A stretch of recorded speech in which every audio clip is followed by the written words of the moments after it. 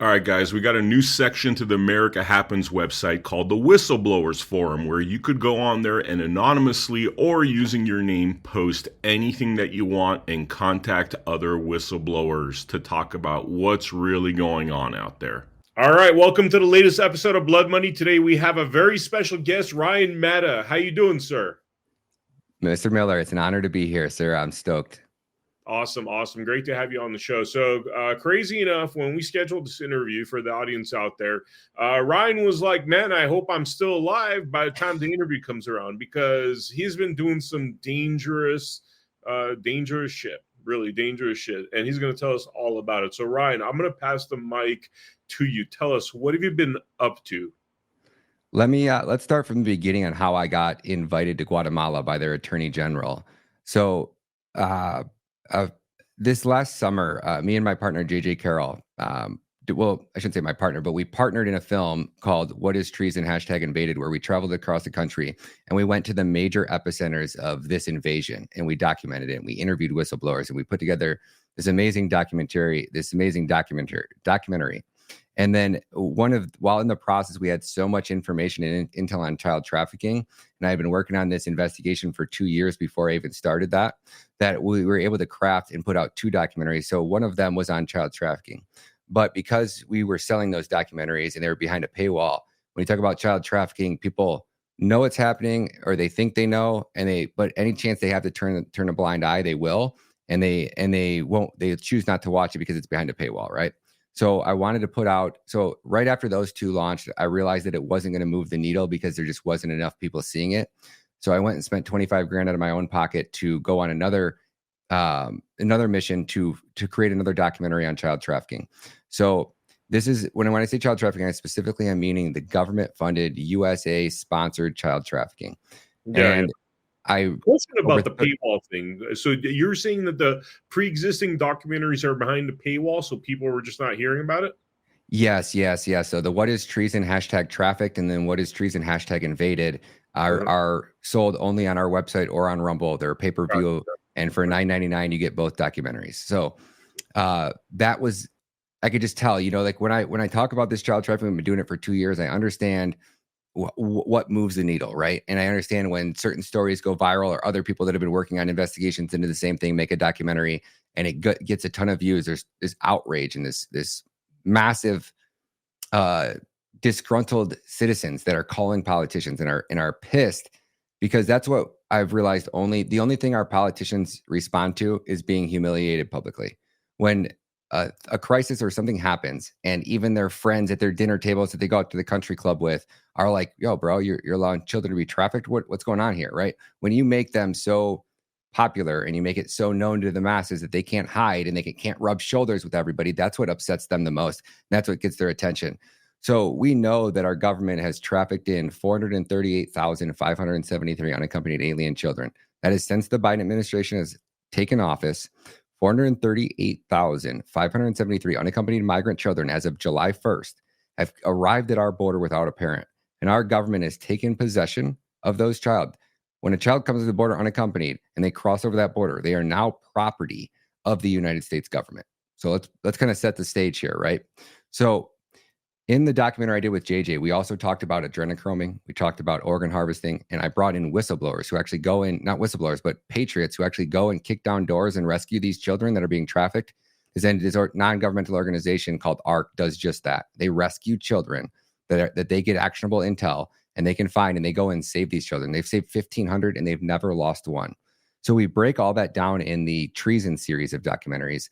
But I realized that as well was kind of like, it's so far outside of the average American's Overton window that they can't process it, or they just are I know it's happening, I don't want to hear about it. When you talk about literally, terrifying, torturing children and draining their blood so that elite celebrities can drink it. I mean, adrenochrome is the highest and most valuable drug in the world, ounce per ounce. So it's a huge market for it, surprisingly. And then you also go into organ harvesting, which is another rabbit hole. But the second film that I produced for free, this one specifically focuses on this quasi public-private partnership that DHS and Alejandro Mayorkas have created with the Mexican cartels and the public-private partnership that HHS has created with these non-governmental organizations, along with ORR, which is the Office of Refugee Resettlement. Together, they have turned America. They've created this system and machine that is literally a funnel for child trafficking. And it's designed to move massive amounts of bodies. It's not designed to keep these children safe. It's designed with maximum plausible deniability and zero accountability. So if I ask your audience and I tell everybody this, like, you've never seen the Mexican cartels taking a package of fentanyl or packages after packages of fentanyl and just tossing them over a border wall into the most heavily guarded and secured night vision cameras, ground sensors, and heavily patrolled area of the border. And they would never do that because they were never going to hand over, they're never going to do all this work to traffic drugs through Mexico and then get them to the border and just hand them over to Border Patrol, because they're going to seize their package and the merchandise is never going to get to its final destination, which is a buyer in America. What we've created here with this system that we have going on now is that the cartels no longer have to smuggle children across the border. They just have to deliver them to Border Patrol agents, because the way the system works is that right now we're seeing, if your audience wants to fact check this, they can just go on YouTube and they can search cartel drops child over border wall. And you'll find video after video, probably 50 of them, unless YouTube scrubbed them. But what you'll see is you'll see a Border Patrol agent reaching over the wall, or not a Border Patrol agent, a cartel with a child reaching over the border wall, an 18-foot border wall, like he's at a frat party and he's going to drop a beer down to his buddy on the next level. And he leans forward as far as his arms can reach with the child just dangling in the air. And they just drop the child. And the child free fall 14 feet, 18 feet, 12 feet down and just smash into the dirt. And then a few minutes later, you'll see a Border Patrol agent pull up and pick up the child. Now, what these cartel members are doing is they're branding these children like cattle. So the child will have a... Sorry to interrupt you, because I saw James O'Keefe's film Line in the Sand. I mean, you would be shocked at the cold-hearted transactional nature of it all, and how many people are complicit in all of this because they're getting paid. I mean, that's the thing that is really shocking. Like, you're talking about our own government facilitating the selling of slaves, basically. Nailed it. Spot on, man. And when you talk about child and trafficking, right, there's two really dangerous parts of the journey for the child trafficker. The first or second most dangerous part is delivering the merchandise across the border, taking the merchandise across the border. The first most dangerous is delivering the merchandise to a buyer in America.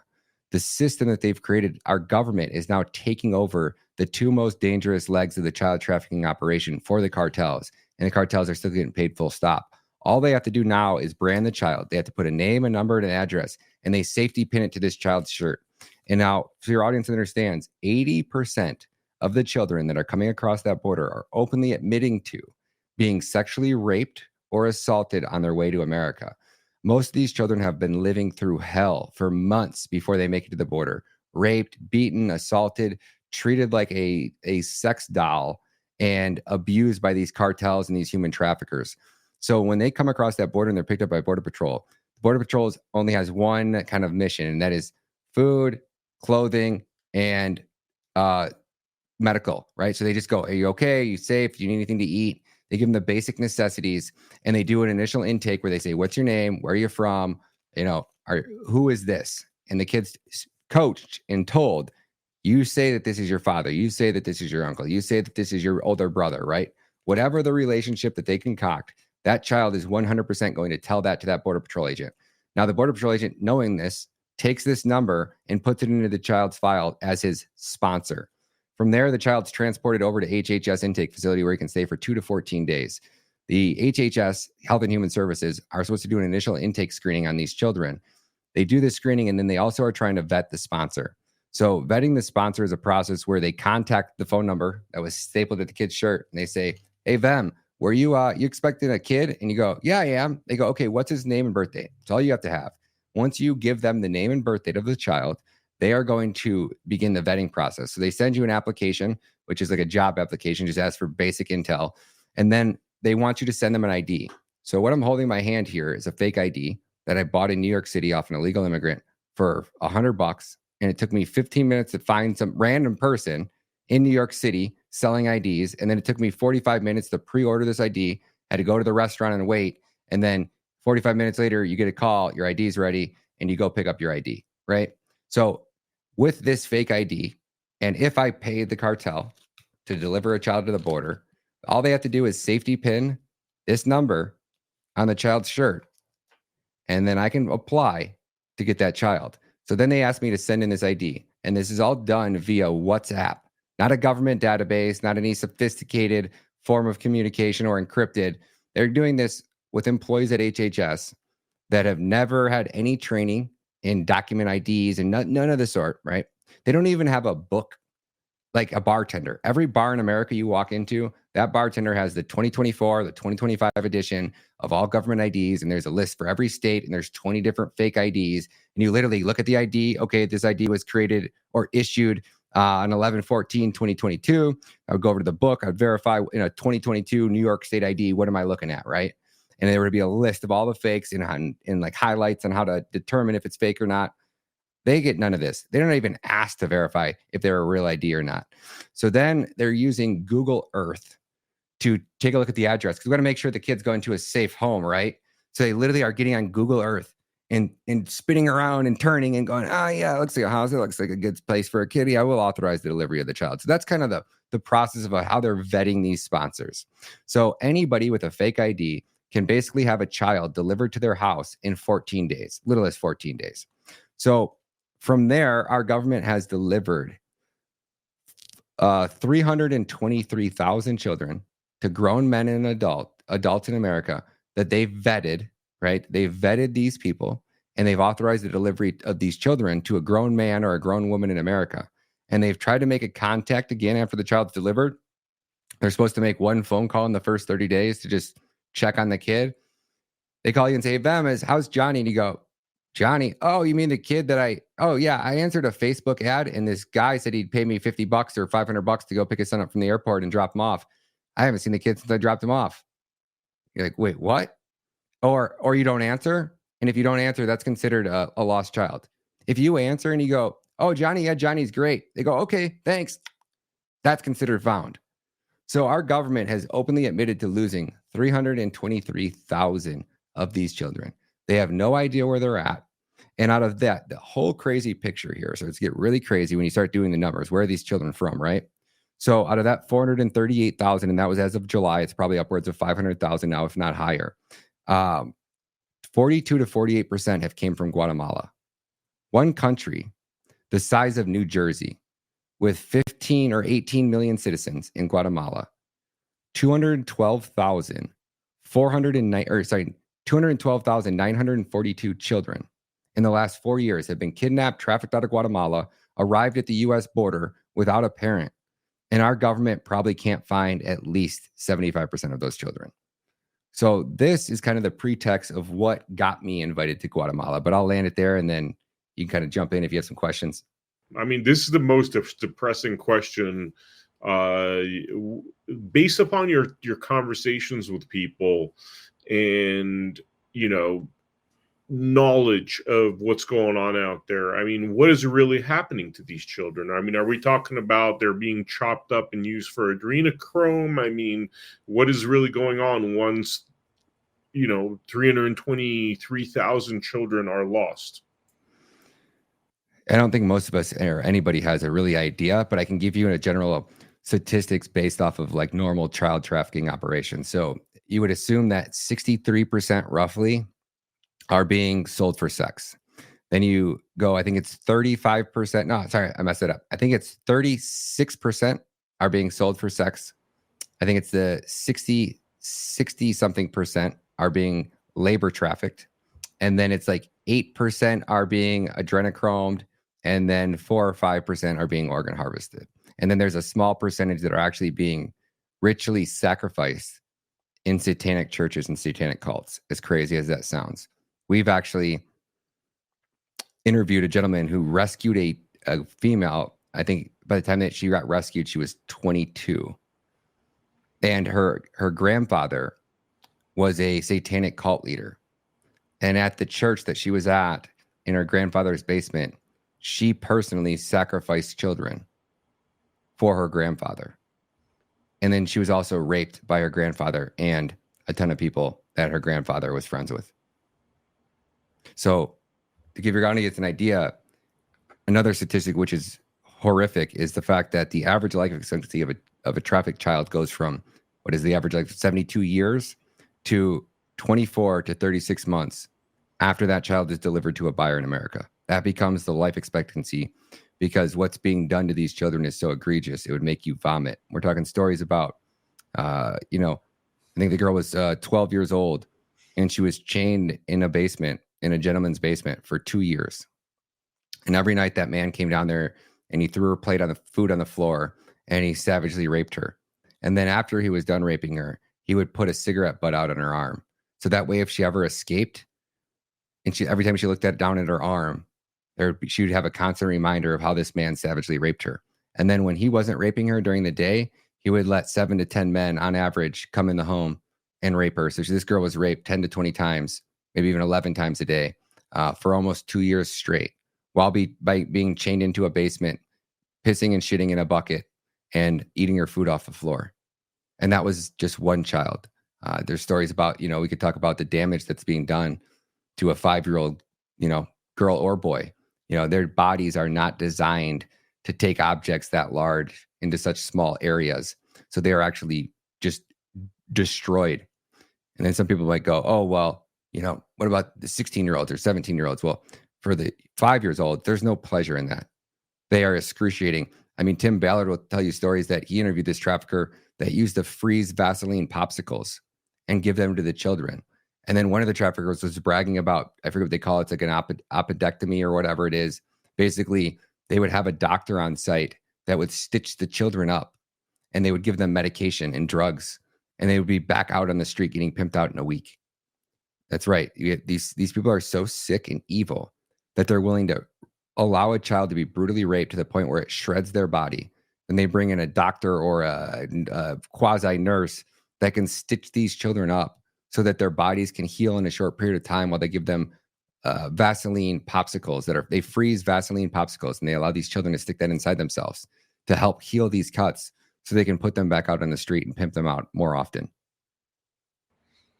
Oh my God, man. I mean, and this is something that like our government higher ups don't know this is happening. I mean, and if they know this is happening, I mean, how could you arrive to the conclusion that everybody's just not like completely evil and allowing it to happen? They are beyond. I'm looking it up right now so I can give you an accurate information, but the Department of Justice, right, has a lawsuit right now. So the Justice Department sues Southwest Key Programs for sexual abuse and harassment of children in their shelters. So these are the largest NGO that traffics children in America, is a company and corporation called Southwest Key Programs. Southwest Key Programs is literally being sued by our Justice Department for the role that they've allowed, or for the fact that they've allowed children to be raped inside their facilities.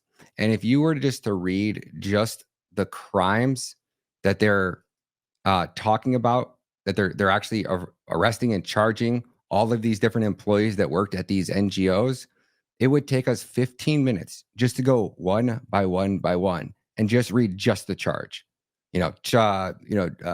Employee at Southwest Key Programs went into child's bedroom at roughly 4 a.m. and touched the child's private parts inappropriately. Next one is, staff member at a shelter took child into closet and sexually assaulted the child multiple times.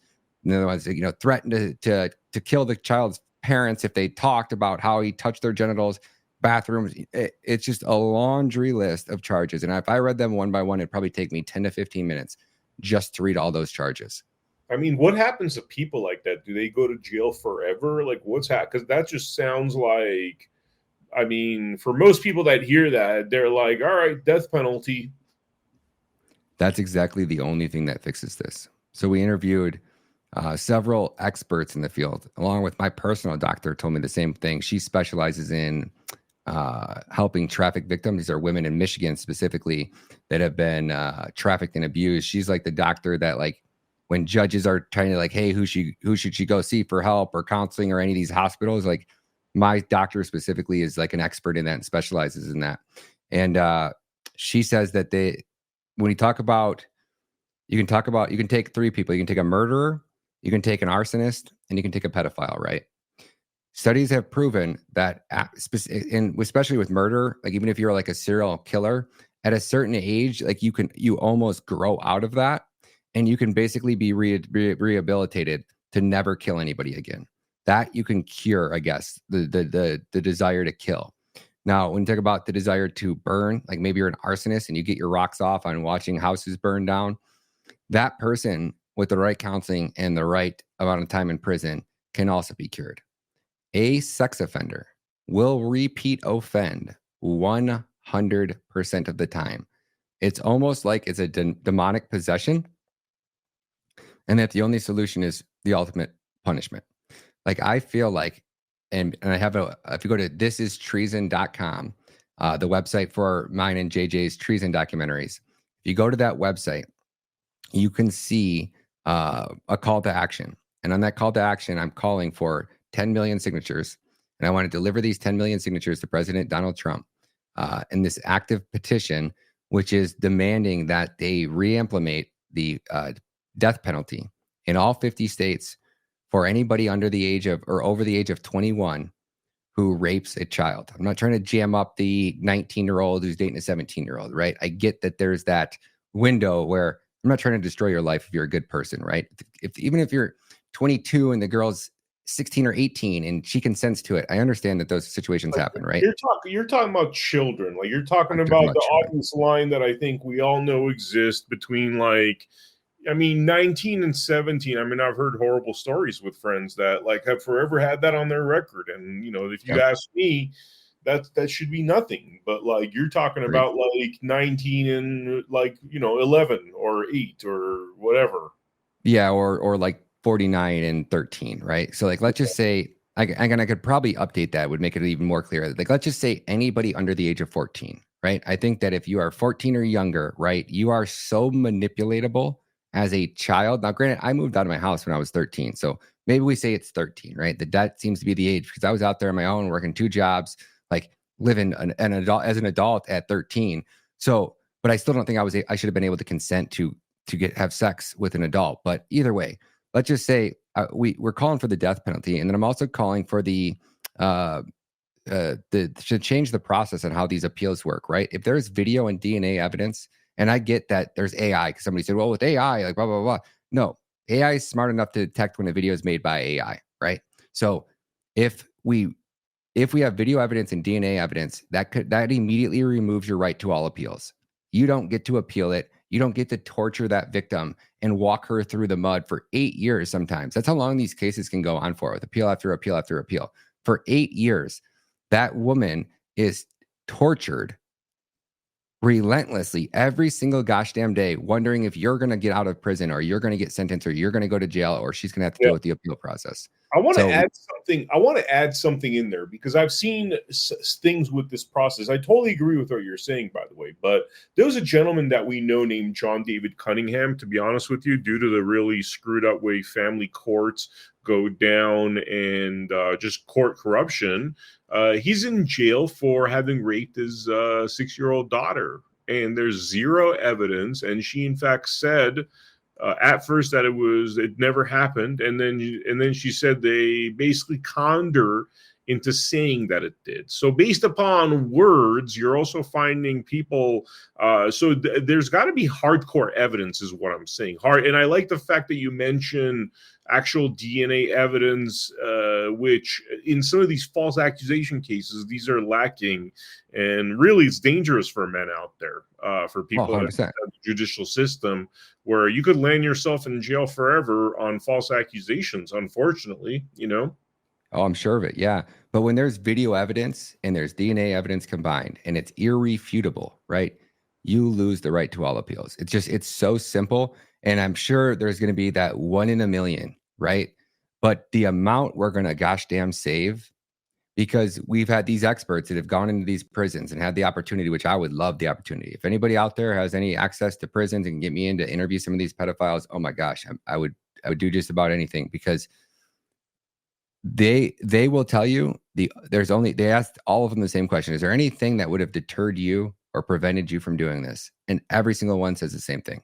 Yeah, the death penalty. I might have, not saying that the guarantee they would have, but if there was the death penalty, maybe I wouldn't have grabbed that girl. But you know what? I got 5 years, and you got to pay taxes and work and do all this stuff to keep over your butt head. I'm getting 3 square meals a day, and I'm perfectly happy. I got my rocks off. I got to rape the child. I'm good. I'll be out in 3. Right? We are literally watching migrants come to America, rape American women, and then be just tossed out on the gosh damn streets. So, like, we need such harsh punishment for these scumbags, because I could go on and tell you the stories and the horror stories of what's done to these children. And these people cannot be fixed. They cannot be saved. They must be eliminated. And God was very clear on that, right? When you talk about the Bible, people act like God was a forgiving guy. I don't think so. I think Jesus was the forgiving one. I think God ruled with an iron fist and was very like clear about the wicked, right? If you so much as touch a hair on one of their heads, you're better off to have a millstone tied around your neck and cast into the sea. So it's God saying, listen, you hurt one of my children, you best go straight to hell. You tie that millstone around your neck and you toss yourself off a boat or off a cliff or into the sea, because if you see me, you will wish that you were sent to hell, right? I think God was very clear on the wicked. So, but you were saying something. Sorry about that. No, I'm just saying Jesus too. People always recall Jesus in this kind of peaceful light and like almost this like hippie-esque picture. But no, I mean, he went into the temple and started whipping some ass. You know what I mean? It's like he's Flipping not. tables. He could.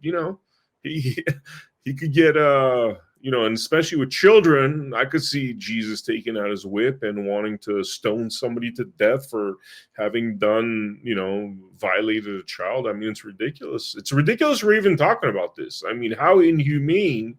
I mean, we're pretty much, haven't evolved from the days of child sacrifice, really. I mean, if you think about it, between this and abortion. It's it. It's the same demonic possession that has possessed these people. And this is where we transition into me releasing this documentary. It goes almost viral overnight. Within 48 hours, it gets 1 million views.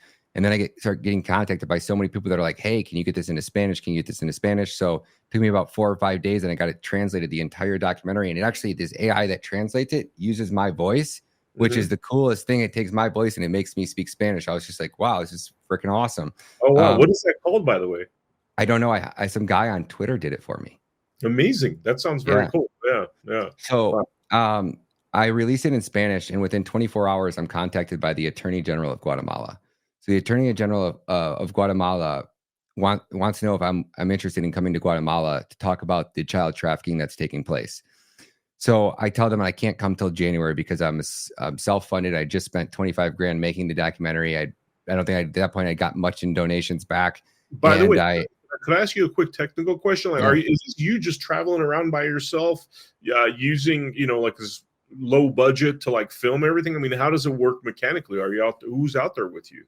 Oh, I'm a professional videographer. I've been doing this for years. So I fly with about $20,000 worth of gear on me at all times. I bring all my cameras, DSLRs, lights, everything. I have specially designed equipment that's designed to basically be super light or super compactable. So a lot of everything's kind of carbon fiber.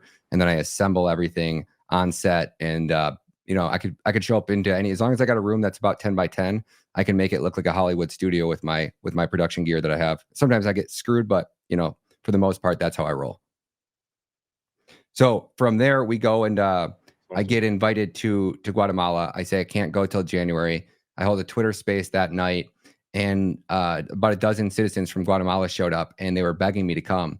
And one of them is like, listen, Ryan, like, we need you here in Guatemala. These children need you. We received 20 Amber Alerts yesterday. And I'm like, wait, what? And they go, yeah, 20 children were kidnapped and reported in Guatemala yesterday alone. Sorry, let me understand the mechanics of this, because I'm trying to. That's another thing I've been trying to figure out. Where is this influx of 300,000 children coming? So you have actual teams out there kidnapping kids that belong to families and then bringing them here for harvesting and rape and all this insane type of stuff. Oh yeah, this is kidnapping regular kids off the streets. Yeah, 20 of them. 20 kids were taken from their family because somebody had to report it, right? And there's also, so if 20 were kidnapped, that probably means 40 to 60 were actually taken and smuggled out of that country, because a lot of these poor villages in Guatemala, where the average employee makes about $1.25 or $1.50 a day, right?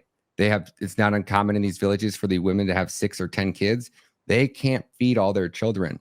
So when somebody comes up to your village and says, hey, we'll give you $3,000 for a child, and that $3,000 can feed your entire family and all the kids for the next 2 or 3 years, are you willing? Sometimes they're selling their kids too. Like, it's not sometimes they're selling off the streets.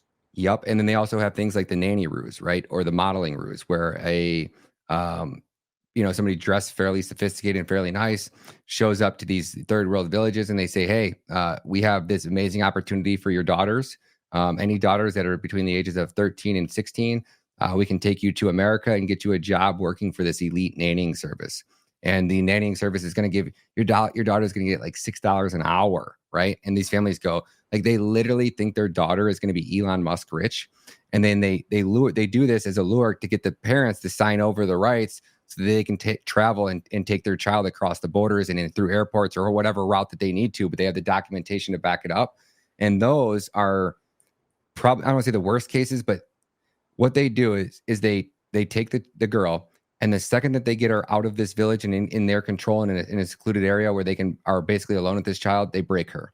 So one man tries to rape her, and if she shows up any resistance or tries to fight whatsoever, 2 more men can't come in. The 2 men pin her down, and then all 3 men savagely gang rape her and beat the shit out of her. And at that point, she's broken, and she knows that she's controlled by the cartels, because she also knows that she comes from a village where the cartels control the village, and they tell her that we got cartel members outside your parents' house right now. If you don't work for us or you give us any trouble whatsoever, we're going to go in there and we're going to kill your entire family.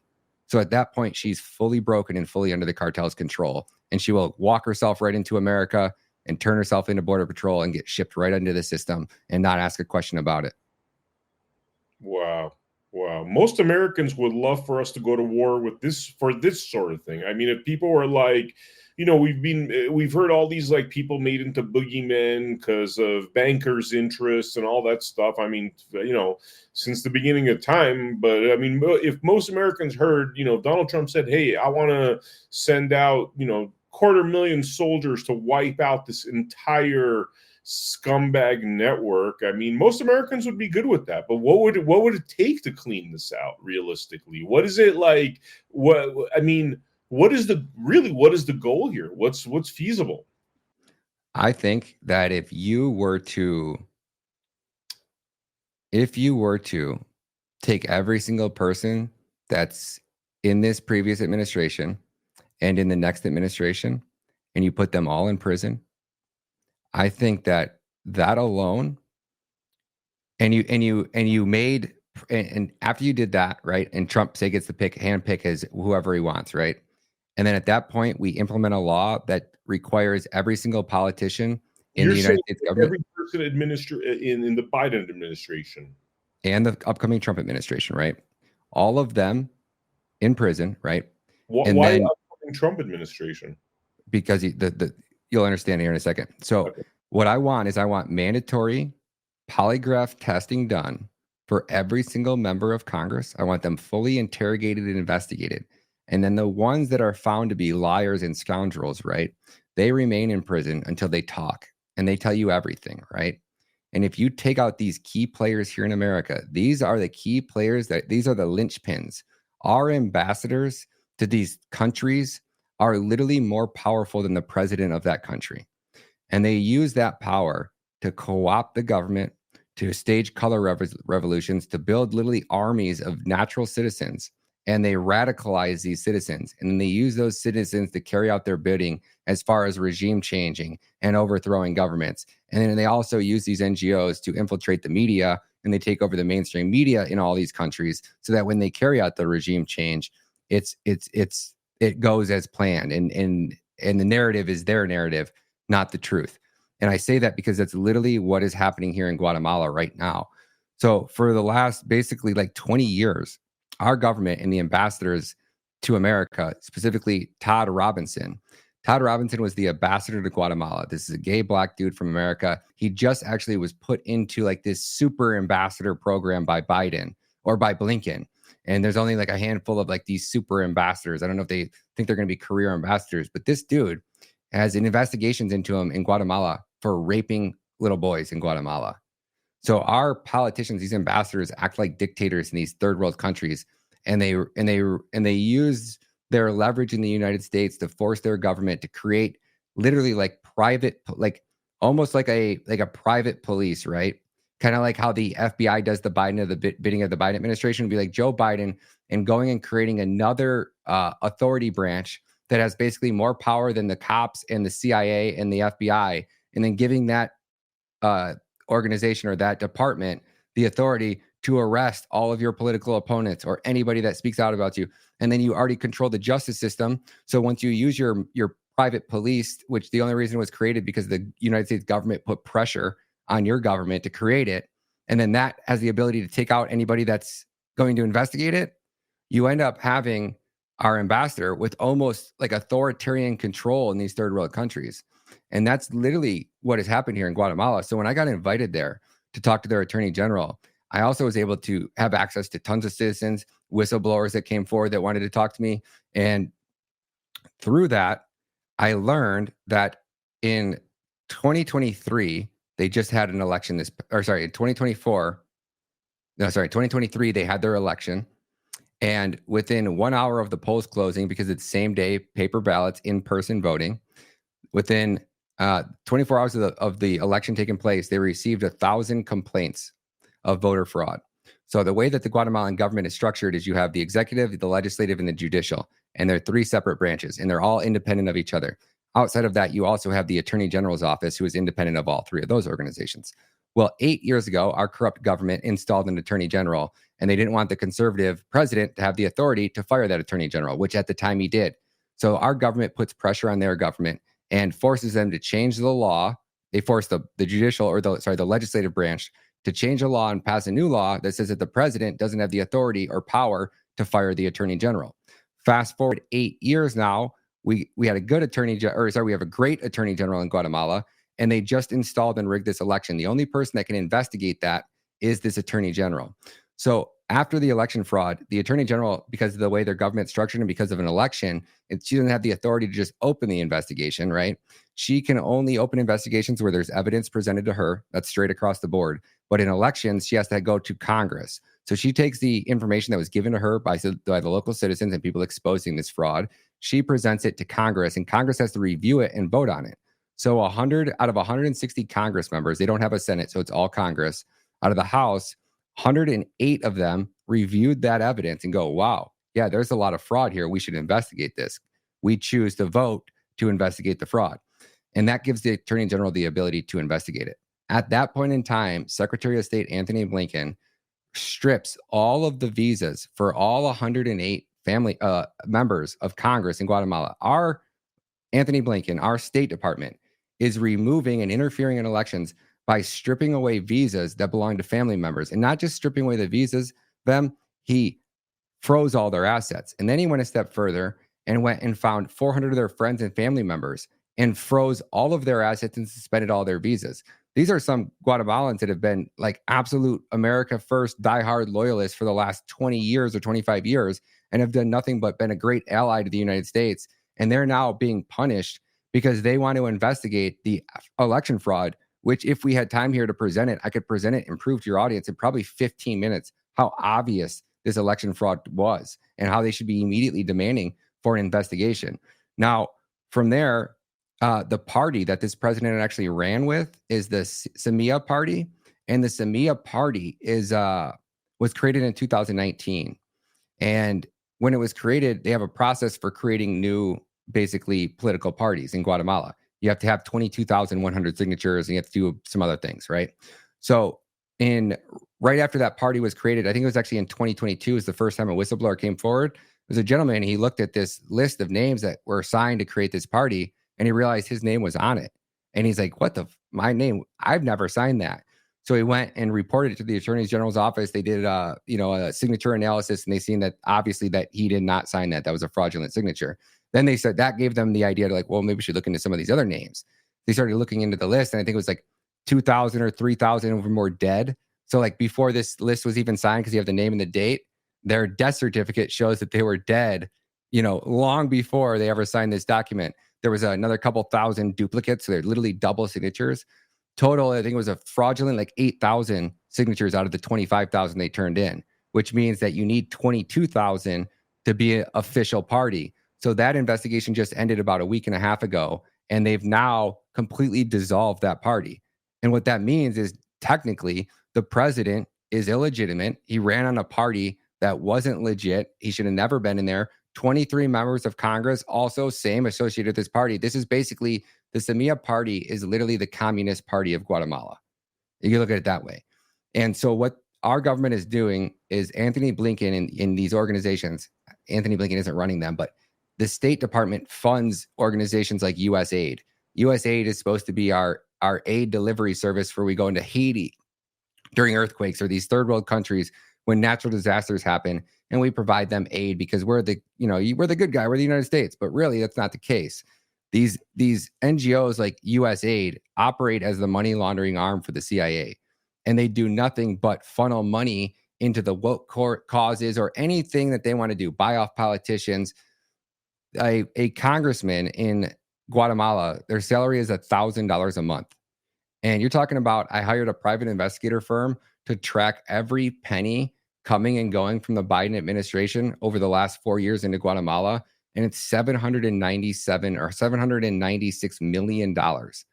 That's our tax money that have been funneled into USAID. And then USAID has the access. Well, USAID got about 400 million of that, but they were able to use that money. However, there's no oversight. There's nobody coming in questioning. There's never an audit done on USAID. And they use this money to buy off politicians, to buy off media. And then after you've been doing it for 20 years and you've built this corrupt network, you control the media, you control the politicians, you control the rule of law, and you can run that country with an iron fist.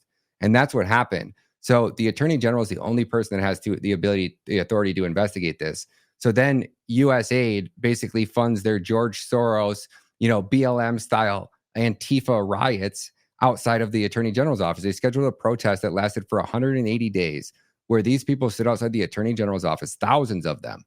And these are people that make $1.50 a day, that can barely afford to keep a roof over their kids' head coming from these third world villages. They're not going to stand outside of an attorney general's office for 180 days unless they're gosh damn paid to do so. And that's exactly what they did. They stayed out there. And then this mob of protesters went and raided the attorney general's house and then went and raided the secretary general's house. And their authorities told me they believe that if the attorney general was there or the secretary general was there, that they would have been killed in their beds or in their homes by this vicious, angry, rent-a-riot, Antifa-style, USA-funded mob in Guatemala. So it's literally like our State Department is sending hit squads out to assassinate leaders that they can't control in these third world countries. It's that freaking mind-blowing. And I got letters from their attorney general's office. These are internal documents from the Guatemalan government that showcase the communications or the lack of communications, all of the times that their government has been involved or trying to get answers to the 438,000 or the 200,000 missing Guatemalan children. One was weeks before they raided the foundation, Save the Children. So that election was in 2023. Fast forward to 2024, on January 15th, their president assumes position, his role, right? So after January 15th, Guatemala now has this installed president. Fast forward 4 months to April. And on April 25th, the Attorney General of Guatemala raids the foundation Save the Children. And they raided them because the intel was coming in that they were trafficking children out of Guatemala and into organizations in coordination with other NGOs as well. They're all in on this, and they're running this massive child trafficking operation where they're delivering Guatemalan children to the United States of America. So from there, 2 weeks before this is the crazy part, right? Oh, so after that, right? After they raid that foundation, 10 days later, Blinken's on a flight holding a private special press conference and meeting with the president to talk about how the attorney general is corrupt and she needs to be investigated. Sounds a lot like Joe Biden flying to Ukraine and having a press conference and talking about if the prosecutor's not fired, well, he ain't getting a check. Son of a bitch. A couple days later, he's fired, right? And this time it's Blinken. But why? Why didn't he go down there after the elections? Why did he wait until multiple days after the NGO was raided and then takes a surprise trip. This wasn't a planned trip, right? Mm. And then to come to find out, Jill Biden was in 2017 was elected as chair to the foundation Save the Children. So I got some letters here. Let's just read the one to Ken Paxton, because this is the one.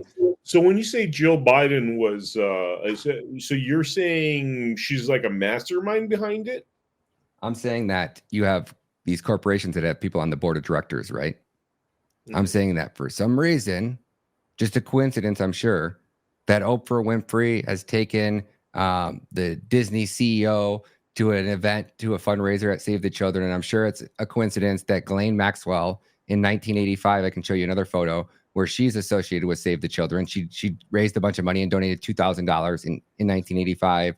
You have Hillary Clinton, who speaks positively about Save the Children, and all these, people that we think traffic children. I'm sure it's just all a coincidence that Jill Biden was put on the chair of that board. But, that'd be a conspiracy theory. But yeah, she did. She sat on the board, right? So, wow.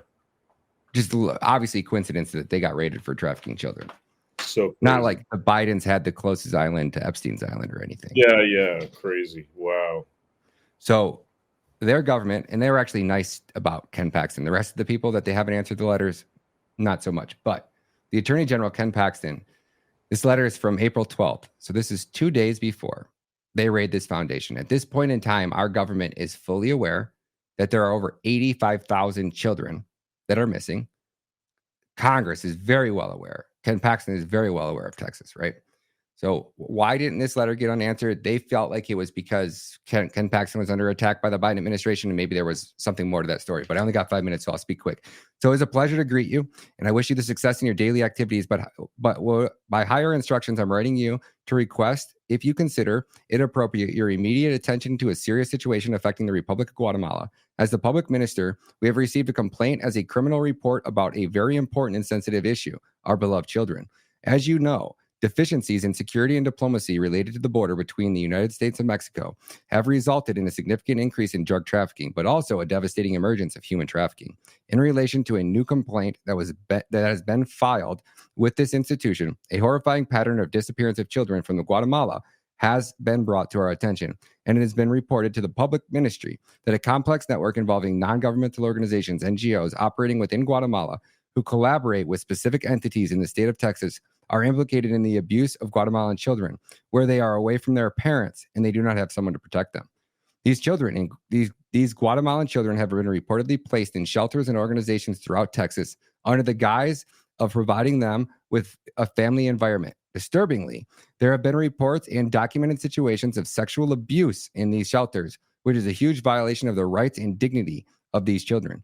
The state of Texas bears much of the responsibility for these lost children who have been transferred to the border and processed migratorily in Texas, apparently fully aware of this situation.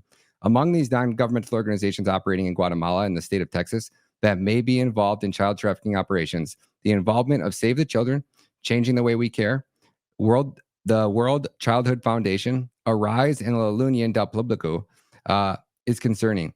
What could be particularly alarming about these organizations is that some of them receive federal funds from the American taxpayers. I have been informed that other non-governmental organizations operating in Guatemala and Texas could be accomplices to child trafficking, possibly supporting this trafficking and other issues with unaccompanied children and adolescents traveling, but they have proven unsuccessful in protecting Guatemalan children. Now, the public ministry, obligated to protect the human rights and interests of inhabitants of the Republic of Guatemala, will spare no effort and exhaust all necessary efforts to locate and criminally prosecute those responsible for this enormous tragedy. Be assured that the Attorney General and Chief of the Public Ministry of the Republic of Guatemala will zealously execute her legal mandate to eradicate this epidemic of child trafficking and to hold those who commit these crimes against humanity accountable. I respectfully request that you contact us as soon as possible and agree to a joint effort amid resolving this humanitarian crisis for which your country is directly responsible in part. We further ado. I subscribe to the highest expression of my consideration and esteem. Truly yours.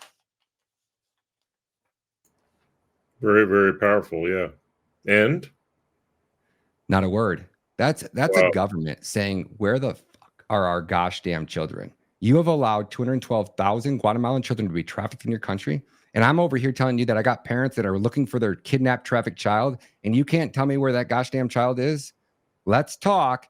Why are we not collaborating and raiding? Why was Save the Children in Texas not raided the day that foundation was raided? So you're saying that a lot of people have to be arrested for this to stop, certainly in the Biden regime, and you're saying now in the new Trump administration. I'm saying that our government is routed to the gosh damn core. We should not trust a word that any of these scumbags say. And if an FBI agent has to get a polygraph test, why are we not polygraphing these members of Congress? If your intentions are not to put America first and protect the people of this country, and you have allegiance to another nation, or you are owned by a CIA or some type of apparatus on this global operation, we should know it. These politicians work for us. We need to remember that, and we need to force them to act accordingly, or we need to remove them from office. So I'm saying that if we want to fix this, it can be done very easily.